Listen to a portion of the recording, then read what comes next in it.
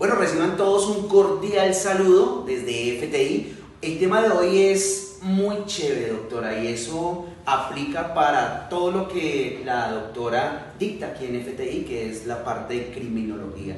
Y vamos a ver todo lo que concierne a los lóbulos del cerebro, la importancia de cada uno de los lóbulos y todo lo que ellos implican.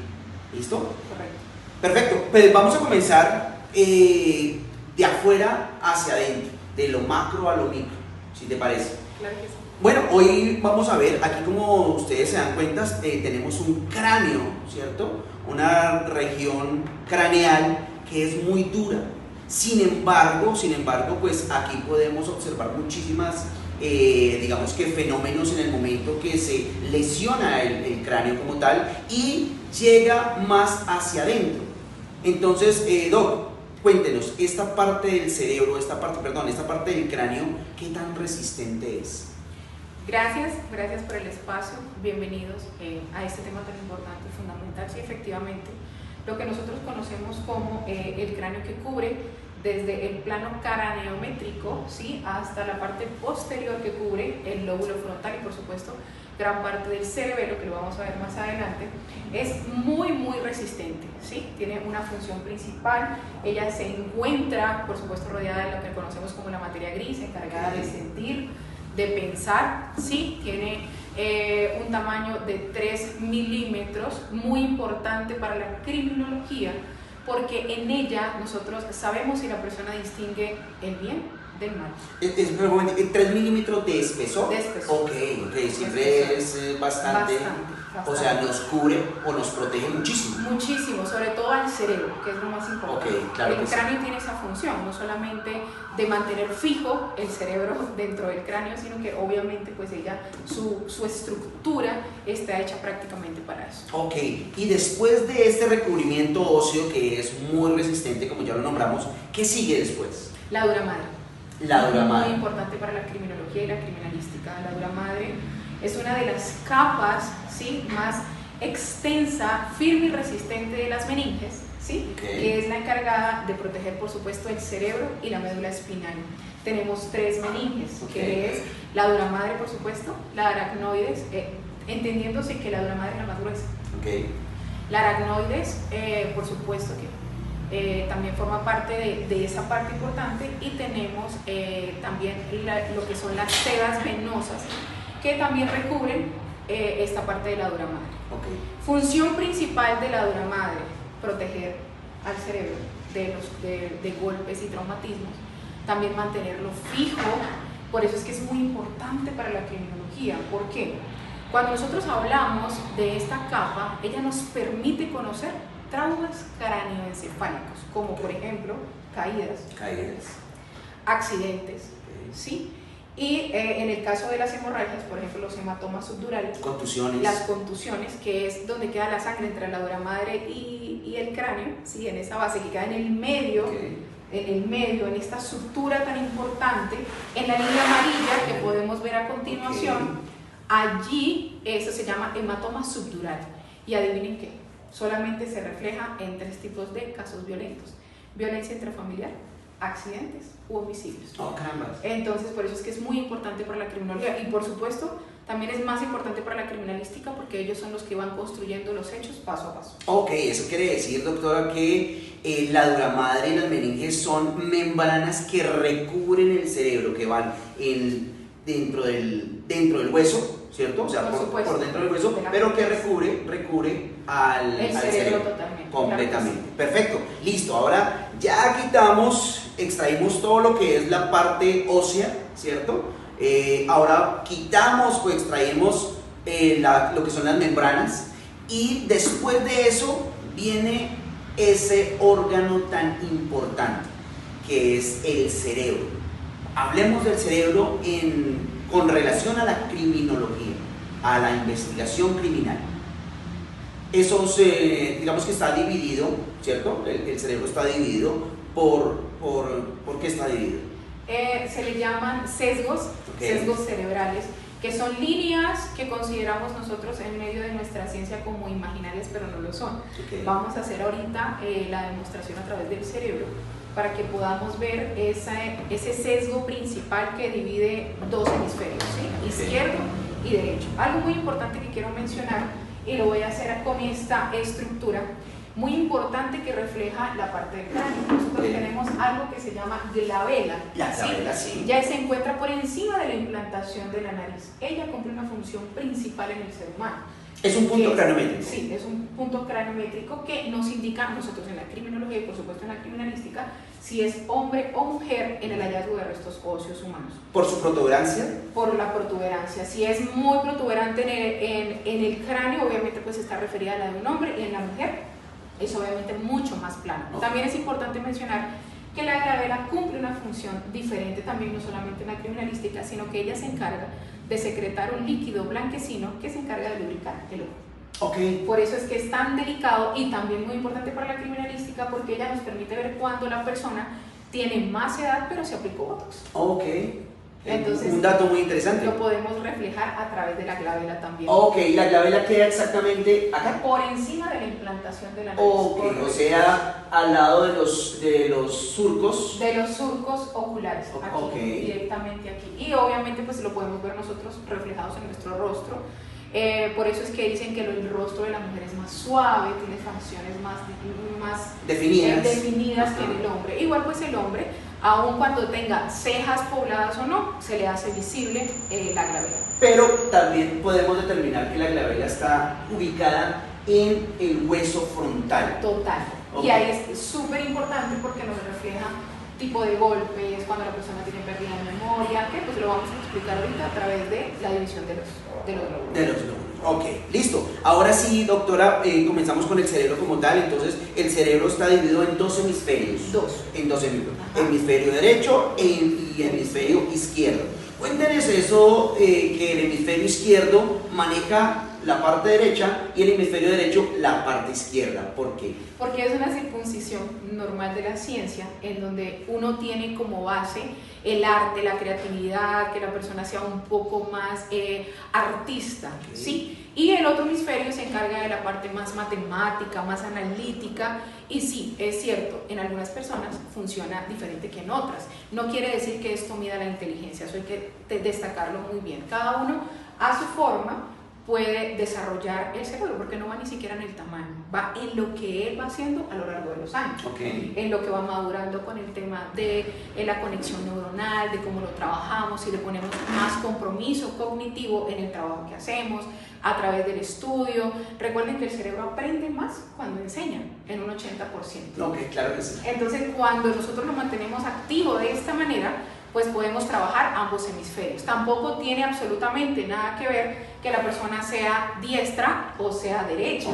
¿Sí? Que dicen, no, es que sí, los que son diestros, diestra o siniestro, izquierdo o derecho. Exacto, tienen mayores facilidades para hacer otro tipo de funciones. Obviamente podemos trabajarlo en la parte motora, también en la parte cognitiva, sin embargo tiene muy poca relevancia eso en el tema de la criminología. Claro, simplemente que se desarrolla, tiene más desarrollo o funcionalidad en cierto lado que en el otro. De resto, nada más. Que yo supongo que en la criminalística, pues obviamente sí, porque pues obviamente no es mi área, la perfilación criminal es nuestra área en la criminología, pero en la criminalística me imagino que por supuesto.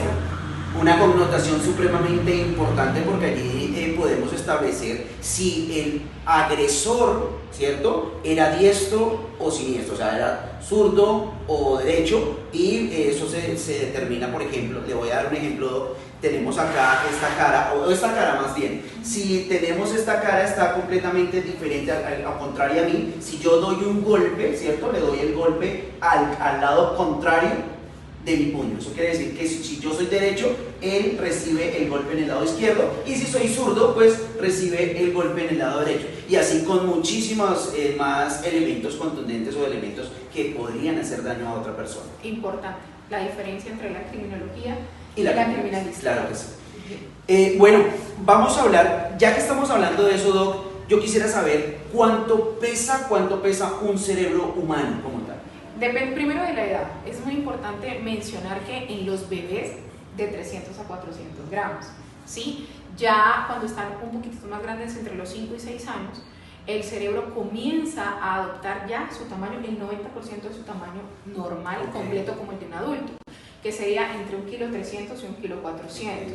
Ya cuando está entre los 2 y los 18, tiene ya este peso establecido, y hay una diferencia obviamente entre el hombre y la mujer. En el hombre tiene 1,4 kg, en la mujer es entre 1,3 kg, 1,250 kg, 1,300 kg. Ojo, esto no quiere decir que determine nuestra inteligencia. Ojo con eso, el tamaño no tiene absolutamente nada no, ahí sí no tiene nada que ver. No, okay. Ahí sí no tiene absolutamente nada que ver. Lo que sí importa es el desarrollo que él se va dando, que es extremadamente muy rápido. Nosotros ya en la actualidad podemos ver que antes nuestros bebés nacían con los ojitos cerrados y ya hoy nacen con los ojos completamente abiertos. Es un desarrollo cognitivo muy natural de la ciencia que viene dado de esa forma. Pero hay una diferencia, sí, cuando ya tiene cierta edad, después de los 60. El cerebro comienza a disminuir entre el 5 y el 10%. Llega por eso es que pierden memoria. Exactamente, pero también es importante explicar que la pérdida del tamaño es algo fisiológico, no siempre va a ser patológico. Entonces eso va a determinar si la persona tiene alguna condición de Alzheimer, si no lo ha trabajado mucho tiempo.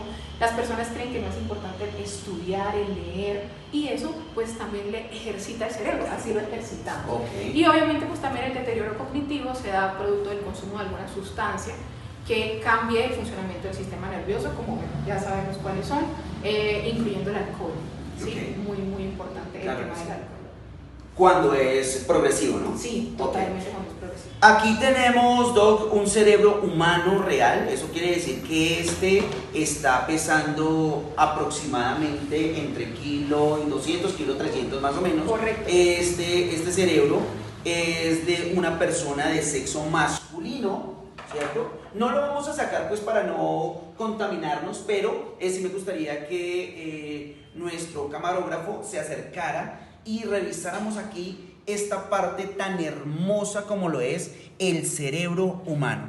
Ahí ya está dividido, ahí ya se ve el hemisferio derecho con el hemisferio izquierdo. Obviamente en la parte de la base pues está el cerebelo, no se alcanza a ver ahí, el tallo cerebral también, pero en la parte superior se ven. Yo quiero saber esas ondulaciones, cómo se llaman, para qué sirven. Bien, son sesgos cerebrales, como lo había mencionado. Está el sesgo cerebral principal, que es el que separa los hemisferios, y se encuentran los sesgos internos, que obviamente no vamos a decir que son de adorno, porque no lo son obviamente, sino que ellos también se encargan de todo lo que es la proliferación de todas las sustancias que tiene nuestro cerebro, súper importante, sobre todo para la criminología, porque cuando se produce algún accidente o algún golpe contundente, pues ellos hablan, porque aunque no lo creamos, los vemos cerrados, pero en la comisión de un hecho delictivo, cuando la persona fallece producto de un golpe específicamente en el cerebro,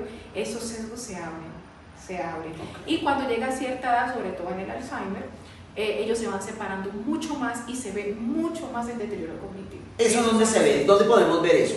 Eso se hace a través de resonancias magnéticas que se hacen directamente en el cerebro, ¿sí? Sería súper interesante poderlo mostrar. Bueno, no sé si se ven a través de las imágenes que vemos. Sí, vamos a ver en las imágenes acá arriba. En algunas de nuestras posiciones, para que puedan ver lo que son las resonancias que se hacen en el cerebro. Que incluso la ciencia ha avanzado tanto que puede diagnosticar cómo es el cerebro de un narcisista, cómo es el cerebro de una persona depresiva, de una persona con ansiedad, de un niño que ha sido violentado desde pequeño. Eso también se puede ver en las resonancias. Por eso es que la ciencia no nos va a dejar mentir con todo lo que estamos contando el día de hoy. Y eso me lleva a una pregunta muy importante, doctora, y es: ¿será que podemos determinar por medio de una resonancia si la persona tiene algún, no sé, algo patológico o tiene, por ejemplo, psicopatía? Totalmente. ¿Cómo podemos determinar eso? Se ve la inhibición en el lóbulo frontal, automáticamente. Entonces vamos a mirar acá en los lóbulos. Aquí tenemos el hemisferio izquierdo, ¿cierto? El hemisferio izquierdo, y tenemos los lóbulos. El lóbulo que está al frentecito, como su nombre lo indica, es el lóbulo frontal, ¿cierto? Ese lóbulo frontal, que también lo vamos a ver acá en la imagen de arriba, ¿qué propiedades tiene? ¿Qué hace ese lóbulo frontal? ¿Por qué es tan importante? El lóbulo frontal es el encargado del interés y la memoria. Por supuesto también de las relaciones sociales, ojo con esto.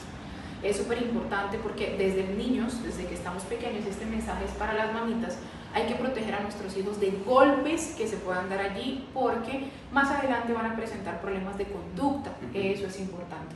El lóbulo frontal es el extintor, él se encarga de controlarnos emocionalmente cuando nosotros tenemos alguna situación que nos genera peligro y que nos indica atacar o huir. ¿Sí?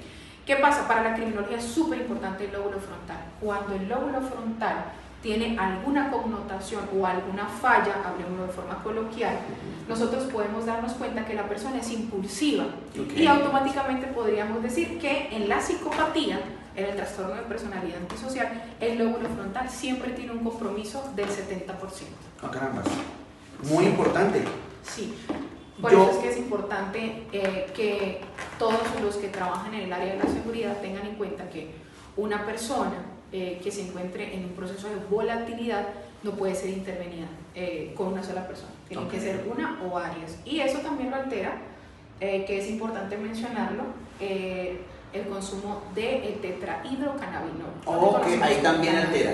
Es la que altera directamente ya lo podemos decir, llamarlo la marihuana, porque hablamos con terminología técnica para que lo puedan comprender, afecta directamente el lóbulo frontal. El lóbulo frontal. Aquí yo escuché en algún documental que una persona tuvo un accidente y fue incrustada una varilla en el lóbulo frontal y se salvó obviamente, pero quedó con rasgos antisociales. ¿Cierto? Él era muy jovial, muy alegre y luego después de ese accidente ya era completamente diferente, como si lo hubiesen cambiado el chip, como si no fuera esa misma persona. Porque el lóbulo frontal se encarga de eso, de las relaciones sociales. Ejemplo, cuando una persona consume cierta sustancia, en el caso de esta droga que es el cannabis, vamos a llamarlo de ese nombre, cannabis sativa, porque hay muchos cambios y muchas modificaciones genéticamente que le han hecho al mismo consumo de la droga, entonces obviamente altera de forma diferente, exactamente.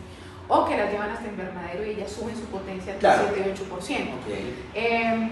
La persona que no habla se vuelve más abierta y la que habla se retrae, se cambia, se reprime, llora.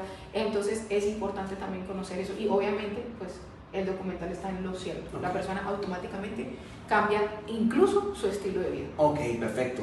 Ya pasando del lóbulo frontal, vamos al lóbulo parietal. ¿Le parece? Entonces tenemos dos lóbulos parietales, sí, porque en cada hemisferio. Izquierda y derecha. De izquierda y derecha. Entonces vamos a hablar de los lóbulos parietales. ¿Qué función cumplen? El lóbulo parietal, pues siempre tengo la costumbre de explicárselo a mis estudiantes de una manera diferente, que habla de los sentimientos y las emociones, ¿sí? Todo lo que es la parte íntima, la sexualidad, la emocionalidad, porque por supuesto se encuentra muy cerca de la base del cerebro, del centro de ese núcleo, y para la criminología tiene una importancia muy, muy clara, porque allí es donde se mide la fuerza del victimario. Y eso también está determinado en el consumo de la cocaína. ¿Sí? El alcaloide de cocaína afecta al lóbulo parietal porque genera una recreación de músculos. Hemos visto videos en que dicen, pero le dispararon 20 veces y se mantuvo de pie. La adrenalina sube. Total, el consumo de cocaína, porque hay una recreación muscular, mayor fluidez sanguínea y por supuesto altera inmediatamente el lóbulo parietal. Ok, perfecto. Eso quiere decir que estas personas que consumen este tipo de estupefaciente incrementa la potencia sexual. Total. Lo que puede hacerles perder hasta la cordura, llamémoslo de esa manera, porque si una persona pues tiene claro su género, puede llegar a tener relaciones íntimas con personas de su mismo género, producto del aumento de la sexualidad. Y también, muy importante para la criminalística, que eso es algo pues, que obviamente nos abre muchas preguntas, porque nosotros a veces no comprendemos que una persona bajo el secuestro del lóbulo parietal puede cometer una violación, que fue el caso de este caballero que se llevó a la niña, la secuestró, creo que la bañó en aceite, todo ese tema, porque se encontraba pues, bajo el efecto de esta sustancia. Y pues la criminalística trabaja mucho con eso, sobre todo en la fuerza cuando se hacen heridas punzocortantes y punzopenetrantes, el nivel la cantidad, que eso pues ya lo mide la criminalística. Claro que sí, claro que sí. Perfecto. Bueno, listo. Ahora ya tenemos el lóbulo frontal. Ustedes ahí en los comentarios, si se acuerdan, ¿para qué es el lóbulo parietal? Y vamos con el lóbulo occipital. Temporal. Temporal, perdón. Los lóbulos temporales, ¿listo? Entonces, cuéntanos esos lóbulos temporales. ¿Qué beneficio tienen o qué importancia tienen más bien? Súper importante el lóbulo temporal. Son dos, ¿no? Igual. En este apartado vamos a mencionar, obviamente, algo muy importante que yo sé que la criminalística me va a acompañar y también nos va a aclarar muchísimas dudas.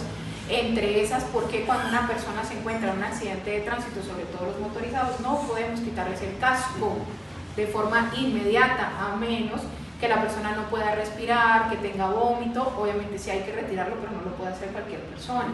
Tienen que hacerlo prácticamente entre varios, 5 o 6 personas, que se inmovilice el cuerpo. Que haya inmovilización. El lóbulo temporal es el encargado de la memoria. El lóbulo temporal es el encargado del equilibrio. ¿Y qué nos da equilibrio? El oído. El oído. ¿Sí? Por eso es que un golpe tan contundente en esa parte deja a la persona somnolienta o adormecida y le cuesta mucho recobrar nuevamente la conciencia. ¿Qué sucede en la criminología? Cuando nosotros estamos frente a este tipo de víctimas y tenemos que hacer entrevistas, a veces no podemos y queda por fuera de la investigación. Y ustedes dirán, ¿pero por qué queda por fuera de la investigación? Porque cuando una persona se da un golpe por allí y se le genera una amnesia, hay 3 tipos: retrógrada, anterógrada y retroanterógrada. La persona puede recordar lo que hizo el día antes, no más, recordar lo que hizo 2 días antes o no recordar absolutamente nada. Entonces ahí es súper peligroso los golpes.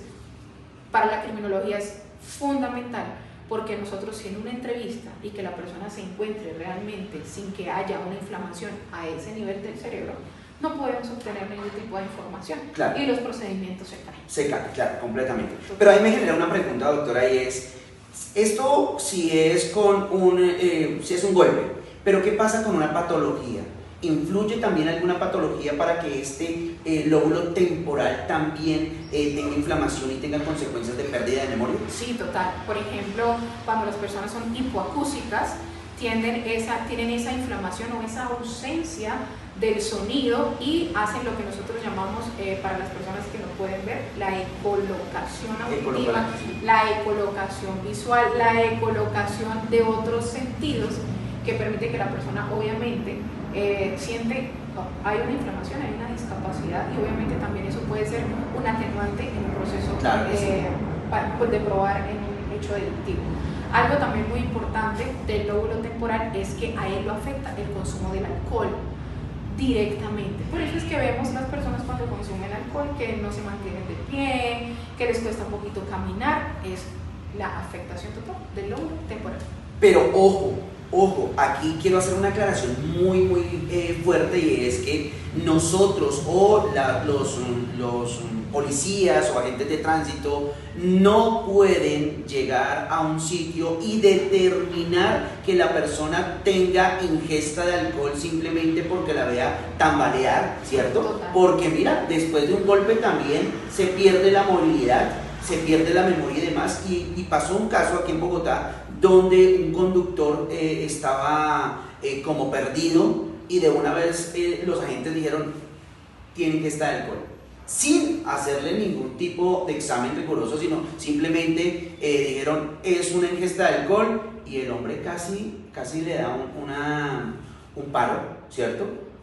Porque no era eso, simplemente por una subida de azúcar le pasó eso. Y es importante que lo que mencionas, porque bien, la criminología obviamente pues se basa mucho en la ciencia, en el tema de las pruebas. La criminalística pues tiene esa suspicacia, ¿no? De no irse a la rapidez y tener que prejuiciar, sino que totalmente va e investiga del todo para que no se pierda esa evidencia. Obviamente que eso también lo generan las benzodiazepinas o cualquier otro medicamento. Pero nosotros no lo podemos determinar. Exactamente, pero la criminalística lo capta en su momento, en cambio nosotros tenemos que basarnos específicamente en la ciencia, en lo que nos arroje. Entonces pues es importante lo que mencionas, porque pues nosotros no lo vemos a simple vista. Tenemos que a juro basarnos en ciencia. Totalmente. Para poder concluir, y en cambio la criminalística pues tiene esas aristas abiertas a poder como comprender todo lo que viene. Trabajamos en la parte probatoria, entonces no podemos simplemente tener una acusación hasta no tener las pruebas como son. Espectacular, súper importante dato, aprendiendo también. Claro que sí. Frontal, temporal, parietal, y vamos con la occipital, también muy importante, y también nos damos cuenta que la parte ósea es también muy gruesa, ¿cierto? Bastante, entonces, pero es la más peligrosa y la más delicada. Ok, entonces háblanos por favor de la occipital. Bien, el lóbulo occipital se encuentra en la parte posterior del cerebro. Es el encargado de lo que vemos. O sea, doc, anterior, posterior, superior. Perfecto. Okay. Entonces se encuentra en la parte posterior, ¿sí? Por la parte de atrás de nuestro cerebro. Importantísima porque se encarga de la visión, de lo que vemos, cómo lo vemos y cómo lo percibimos. Okay. Para la criminología es súper importante porque si yo tengo a una víctima que tiene el tema del lóbulo temporal, tiene un golpe, no recuerda, también el lóbulo temporal, muy importante, es el que se encarga del reconocimiento de los rostros. Y si ella tiene un golpe en la parte occipital, va a ser muy difícil que me pueda identificar al victimario, okay, en caso de que haya estado detenido. Claro. Entonces ahí también me puede hacer perder prueba, porque la persona quizá en el momento cuando recibe el golpe contundente, no tiene buena visión, no puede ver a su agresor, puede ver ciertos sesgos, lo que hace más difícil el trabajo para la criminalística. Y pues obviamente en el caso de nosotros que hacemos la perfilación criminal, pues quedamos en la nada porque dependemos de la criminalística. Total. Entonces ahí es prácticamente imposible. Pregunta entonces para la criminalística, que pues aprovechemos a este espacio, ¿qué hacer en qué otras cosas nos podemos basar cuando nuestra víctima no puede reconocer a su agresor? Cuando tiene esa falta de visión producto de un golpe a nivel occipital. Claro, tenemos que tener en cuenta, doctora, que muy seguramente las personas que intervienen no se dieron cuenta o no saben que la persona sufrió un golpe. Eso a veces es indetectable, a veces simplemente es como decimos en el argot popular, tiene un hematoma o tiene un chichón, pero a veces no vemos más allá. Entonces siempre vamos a tener o hacer algo que se llama labores de vecindario y buscar otras personas que hayan visto, ¿cierto? No solamente personas, sino también cámaras. Bueno, en fin, hay muchísimas herramientas, pero si hay personas, obviamente se habla con las personas, se hace una pequeña entrevista para que nos digan qué fue lo que observaron. Lo que sí definitivamente no podemos entrar a la investigación es a aquella persona que escuchó algo y luego no lo cuenta, ¿cierto? Simplemente esas personas que observaron, ¿cierto? Ellos nos pueden decir, él estaba ahí y se cayó, ¿cierto? O se precipitó, porque una cosa es caerse y otra cosa es precipitarse. ¿Qué es caerse? Caerse es cuando yo estoy en mi propia altura, ¿cierto? Y me caigo. Y precipitarse es cuando tengo una altura superior a la mía. O sea, cuando yo estoy en un segundo piso, por ejemplo, y voy hasta el primero precipitadamente. Eso se llama precipitación. Y ahí podemos determinar cómo cayó y cuál fue el daño que esta persona tuvo. Impresionante. Claro que sí. Increíble. Ahora, Doc, listo. Vamos a la parte también importante que es el cerebelo. Ese pequeño cerebro que está en la base del cerebro. ¿Para qué es? ¿Para qué sirve? ¿Qué función tiene? Nosotros le llamamos la casa, ¿sí? Okay. La entrada a la casa.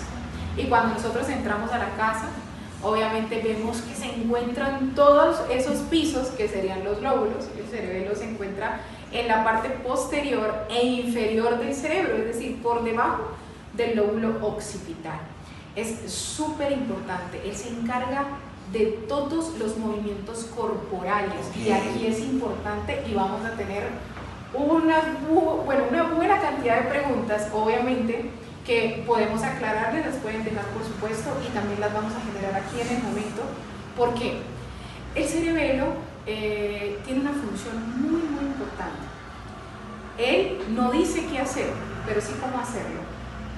Y eso implica que para la criminología tenemos que trabajar mucho la parte motora, sobre todo cuando hacen uso de armas de fuego, ¿sí? Que eso puede ser un agravante o un atenuante, porque si hay un daño en el cerebelo, la persona puede tener un daño motor en la mano izquierda, la mano derecha, y al momento de disparar va a ser diferente. O en el momento de defenderse, que también se puede mirar esa parte, si la defensa fue muy deficiente o si definitivamente fue eficiente.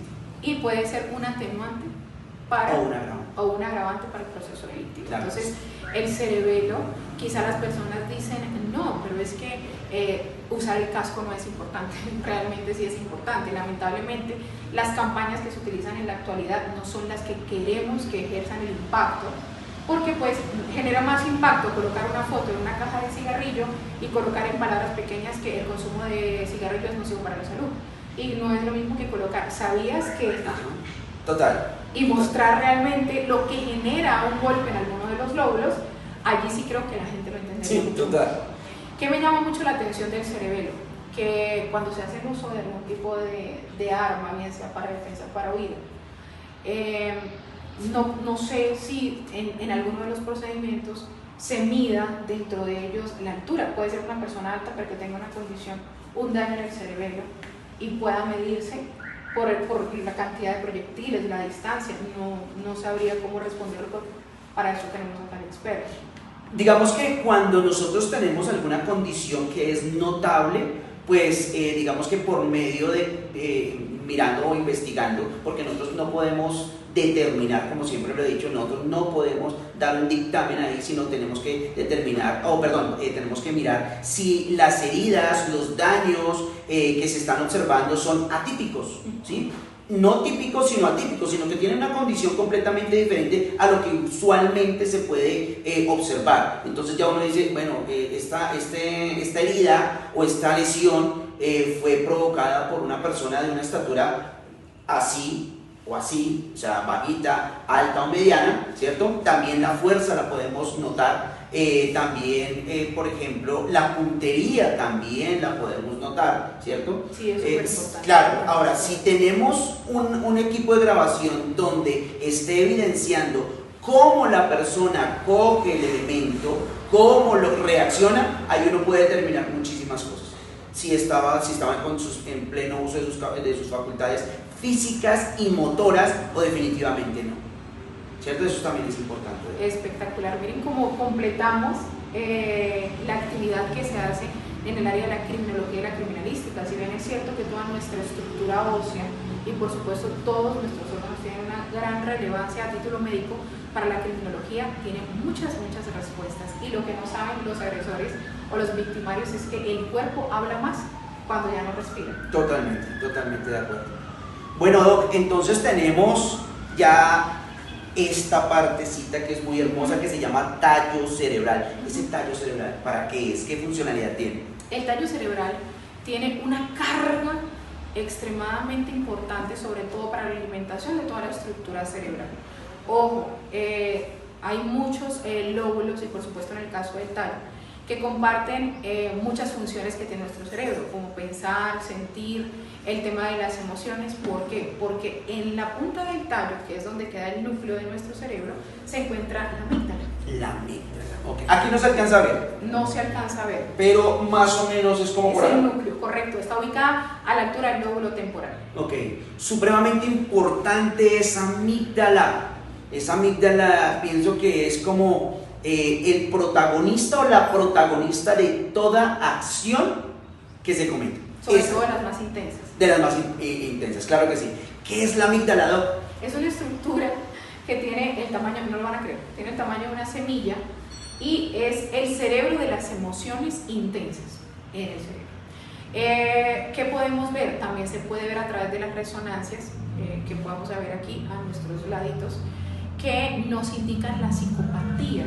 Una persona que necesita una emoción intensa necesita cometer un delito y otro, porque es lo único que lo llena de emoción. Que lo estimula. Que lo estimula. Una emoción intensa en una persona que no tiene el secuestro de la amígdala o que no tiene una condición o un complejo amigdalino. Una emoción intensa es ir a una montaña rusa.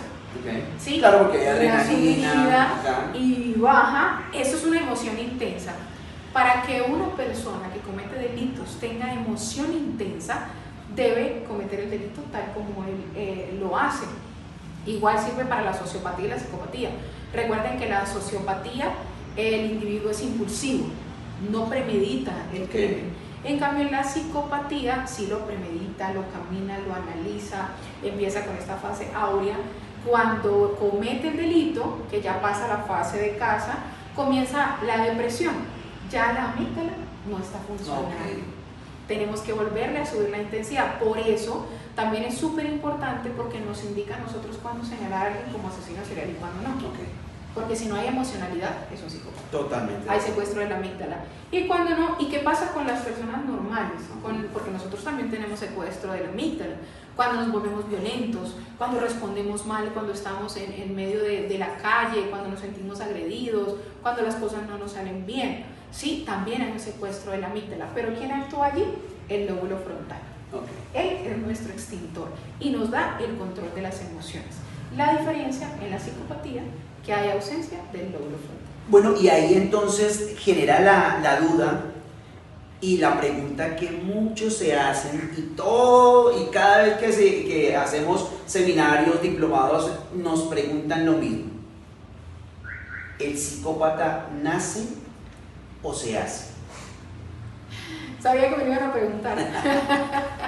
Siempre lo preguntan. Existen muchas teorías. Antiguamente Lombroso, quien es considerado el padre de la criminología, indicaba en sus investigaciones que el delincuente nace, obviamente, en el 3% de 100 personas, uno es un psicópata, pero nunca lo desarrolla, tiene otro estilo de vida.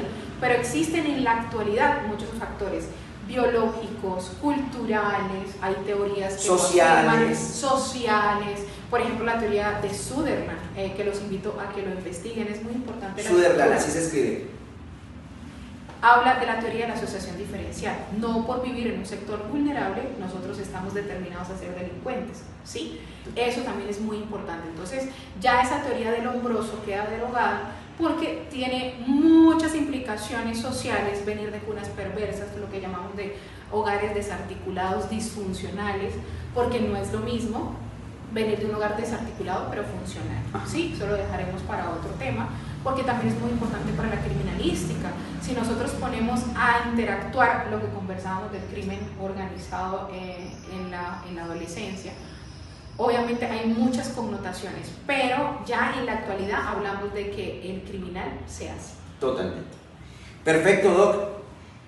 Bueno, ya vimos todo desde la parte exterior hasta la interior, y esa parte fundamental que es protagonista de todas, que es la amígdala. Déjenos sus comentarios. ¿Qué les gustaría saber con respecto a la criminología y la criminalística, que son una amalgama necesaria para la investigación?